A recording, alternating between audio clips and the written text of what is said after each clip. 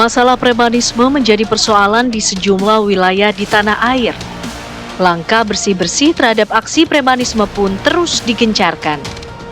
Polri bersama aparat gabungan menggelar operasi pemberantasan premanisme di berbagai daerah secara masif dengan berbagai strategi.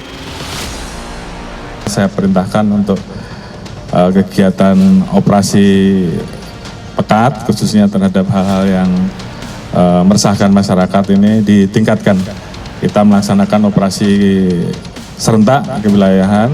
Tentunya ada strategi-strategi untuk kemudian mengurangi, baik bagaimana kemudian kita berkoordinasi dengan pemerintah daerah dan stakeholder terkait kenapa fenomena ini terjadi.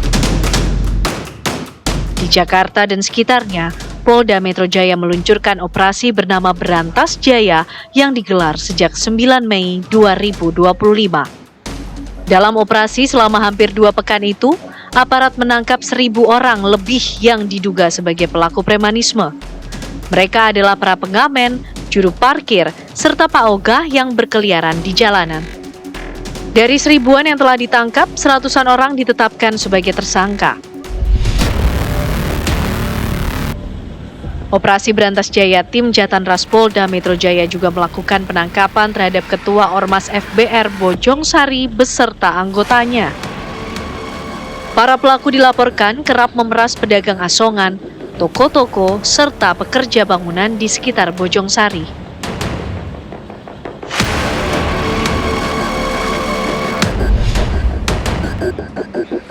Aparat gabungan juga melakukan pembongkaran markas-markas ormas yang dilaporkan menebar keresahan pada masyarakat. Penindakan terhadap premanisme jalanan hingga yang berbalut ormas memang bisa menjadi bukti keseriusan pemerintah saat ini dalam upaya sapu bersih aksi premanisme. Namun menurut peneliti isu-isu pertahanan dan keamanan, Khairul Fahmi, langkah itu saja tak cukup.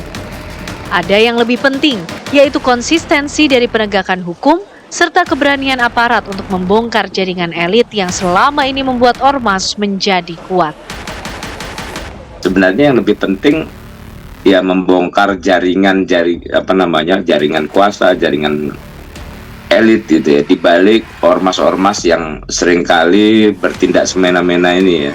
Premanisme seperti ini kan bukan hal yang baru gitu ya, tapi yang bikin mereka ini langgeng kan karena negara seringkali setengah hati ya, dalam penanganan atau pembinaannya. Ada ormas-ormas yang misalnya jelas melanggar hukum tapi dibiarkan ya. Di masa lalu itu terjadi karena kedekatan dengan elit atau dianggap punya manfaat tertentu. Benarkah belum ada keberanian negara untuk melakukan langkah penting, yaitu membongkar jaringan elit yang membuat ormas ala preman menjadi kokoh?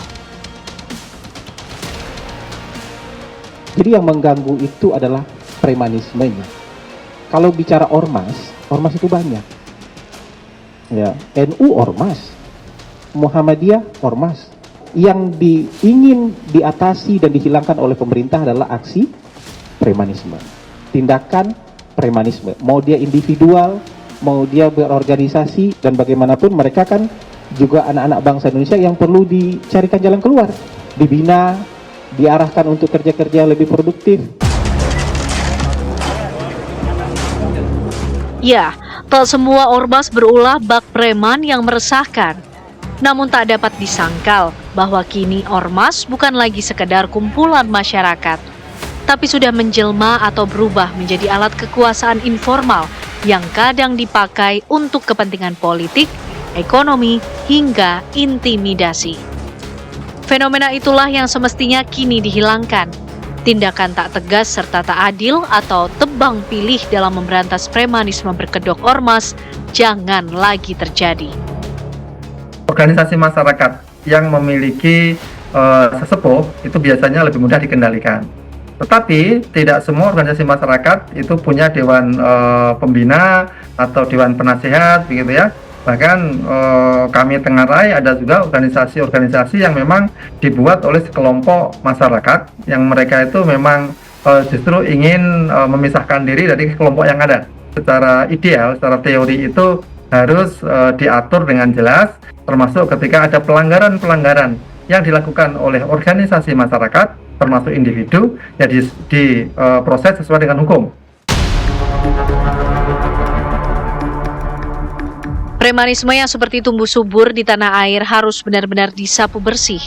Jangan sampai aksi yang berpuluh tahun meresahkan itu hanya dibuat tidur sesaat oleh operasi pekat yang kini tengah gencar dilakukan oleh aparat. Jiwa-jiwa premanisme harus diluluh lantakan. Sudah seharusnya para pengambil kebijakan duduk bersama mencari langkah tepat, bukan hanya tindakan tegas sesaat, tapi juga punya cara agar para preman yang telah ditindak tak kembali ke jalanan sebagai pengganggu masyarakat. Pemerintah, aparat penegak hukum, tokoh masyarakat, bicara dan diskusi apa yang perlu dilakukan secara menyeluruh. Apa yang perlu dilakukan itu menjadi satu hal yang penting, menjadi faktor kunci bagaimana penanganan permasalahan preman di negeri ini supaya tidak kembali terulang. Terus ada selama tidak diintervensi, hanya dipidanakan dengan sanksi hukum, keluar lagi, balik lagi. Ya pasti nggak pernah selesai negeri kita ini dengan budaya premanisme sampai saat ini. Saya yakin itu.